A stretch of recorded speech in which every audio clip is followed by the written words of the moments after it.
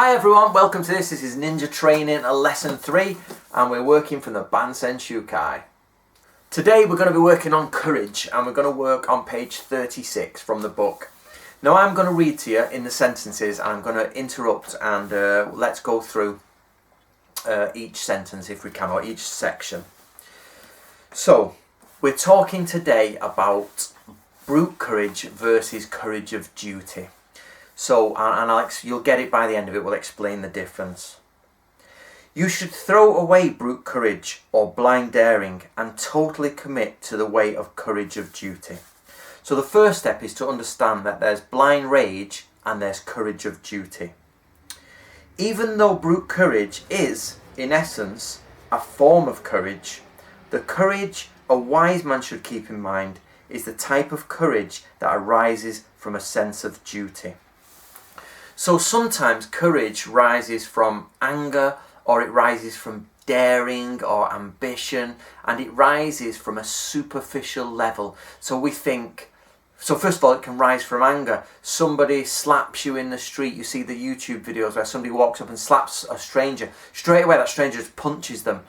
Straight away there's just a reaction of courage. That stranger wouldn't normally just randomly punch someone in the street, but they have the courage to do it because they've been angered.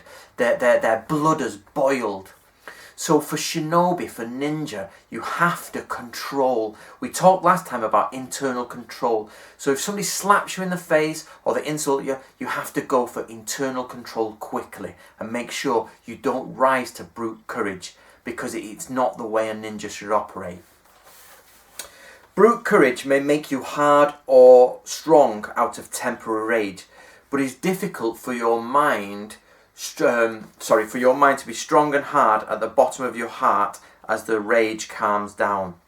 So what that means is, basically, you can be really strong. In fact, you see some people who are normally weak on these police programs or videos where people have been subdued, and they're absolutely fighting angrily and they're going for it. And people are shocked by the power they have, but eventually that calms down. That calms and calms down. Even if that strength through force gets to the bottom of your mind and makes you work brave and hard, it is just based on hot blood. And so in most cases it is no more than blind courage acting, and what you are trying to do is bring others to terms by force alone. So we've seen those videos where people really have strength of courage just because they're angry. Normally they're not, but it will calm down. Now, what it means sometimes as well is you're trying to force people to do what you want by pure force. Now, I don't know about Americans, but English people, I see this all the time. English people are really quite polite and they don't like confrontation so much. And most of them, obviously I'm stereotyping, but on the whole, if somebody is quite overt, like this is where I think Americans and English people don't seem to get on quite well. Americans are quite overt and they're quite overconfident, and they give their opinion and they argue with you directly. So English people will think, okay, and they'll just let them win. And I'm not saying that they're right all the time. What I'm saying is English people, even if you get an English person who's a little bit overbearing, you see the social group around go, oh, okay, and the person are discussing politics and be like, yeah, and the person, I agree, I see what you mean. Then later when they've gone, they'll be like, no, that was ridiculous. But my point being is that they are trying to force people to their point of view by being overbearing, being blood, being angry, being hot. And English people tend to not like socially awkward situations. So we go, oh, okay. But the force only worked for as long as the rage was there. When the rage is gone or the person is gone, it reverts back. You've not changed them internally. So this is the same in ninjutsu, brute courage. If you force someone to do something and you need someone to do something, once that danger has gone away from them, once the force has gone, you won't have affected the opponent. So if you have a mission, a secret mission, and you've got to infiltrate an area and change people's perceptions of things, if you try to force them, it won't work. Also, if you go on a mission of, covert stealth mission and you have to be killing people, or you have to be doing something with physical means, your courage will only last as long as your blood is boiling. Once you've had time to calm down, and that's usually, I think I looked into this, it was usually about 45 minutes for a human to calm down. So once you're 45 minutes after the point of your anger, you're generally back to okay. So brute courage on a long-term, overnight, 2-week, 2-month, 1-year Shinobi mission will just not cut it. You need to have a different courage. So, as a result, you will not have foresight, nor be ready to defend yourself fully, and you will only destroy yourself, and you will not ruin the enemy to any significant level. So that's what I've just talked about. Basically, you'll only do a small amount, and you won't change the foundations of that which you're trying to change. You might be trying to spread propaganda and change people's ideas about someone, so that when that person comes along, they're not welcomed by that community. Now, if you try and force this on people, they will not change their minds and they'll pretend to believe and agree with you. But when the enemy comes, they will accept them as fine. You've got to take your time, you've got to use a different way, and you've got to be slower, and you've got to change them in their working mechanisms inside. The idea is not to superficially change people, it's to change people internally so that they are thinking like you are thinking. They think what you want them to think.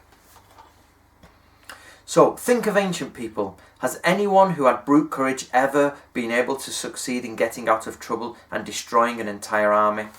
I like this one because basically it says the king is never the strongest man. This idea that we have, like, the strongest man was the leader of the tribe, sometimes is correct, but at a certain point, the leader, if he's strong, if he's stupid, he'll be killed by the other people. Even though he's the strongest, they will gang up and kill him, or they will get rid of him, or they will out him. Being the strongest never makes you a true leader. It makes people adhere to you by force, but you're not leading them, and eventually you will fall. What you need to do is control the hearts and minds of people, okay? And you can't do that by forcing them. So, in contrast to the above raging and hot courage, the courage of duty is what you're compelled to have to complete your function and obligations. This kind of courage never gets weak. And since it is detached from motive, you can have control over your desire and greed. So what we're saying here is that it's a controlled courage, i.e. you have looked into the concept of life and death, which we did in number 1. You've adjusted yourself to the universal principle. You're there understanding you have a goal or a process in life. You're not attached to life anymore. You don't rise to anger. You don't rise to try and force people. You take a very deep, very sophisticated, intellectual look inside and at the minds of the other people, and you construct a plan and you set out to use this courage. Now, the best way I can say this is that those people who have a love for something, a true love for something, will do it. Even though it costs them, even though it's against them, they will keep doing it. When they don't have a love for something, they won't. So I watched a program the other day called The Watchmaker's Apprentice, and it was a boy who was an English boy who was about 19, went to college, and he was about 17. He went to college to fix watches. And he was learning how to make watches by hand. Now, normally, I didn't know this, but watches are made by multiple different people. Even by hand, multiple people do multiple jobs. He wanted to follow one of the most famous watchmakers and do everything himself. So he spent 5 years of his life living in his mother's basement, or his mother's, house, individually filing each cog, making the glass front. He did everything. He made it 100% from scratch, and it took him 5 years to do. And he now sells watches for £1 million a watch. But with brute courage, if he was angry and he just had the passion straight away, like a burning passion, he wouldn't be able to do it. He had a different type of passion, one that was deep inside. And that's what a ninja should have. You should have something deep inside that is suppressed with intellect, and so that you don't burst out, and that's how you approach ninjutsu. Now let me finish this here. If you fight to the fullest with the knowledge that you will survive only if you are highly determined to die, through the courage required during your duty, then you will be able to escape death and kill the enemy.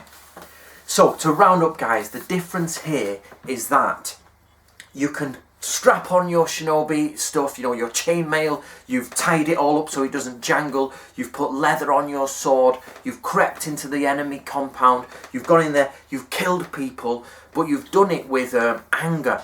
Now here you're going to be based on luck. It might be luck that you get out of it, and you might always get out of it, but it might just be luck. But if you go in with a sophisticated idea and a deep burning courage that is inside. So imagine if I've got my body just burning with courage. It sometimes is the wrong way.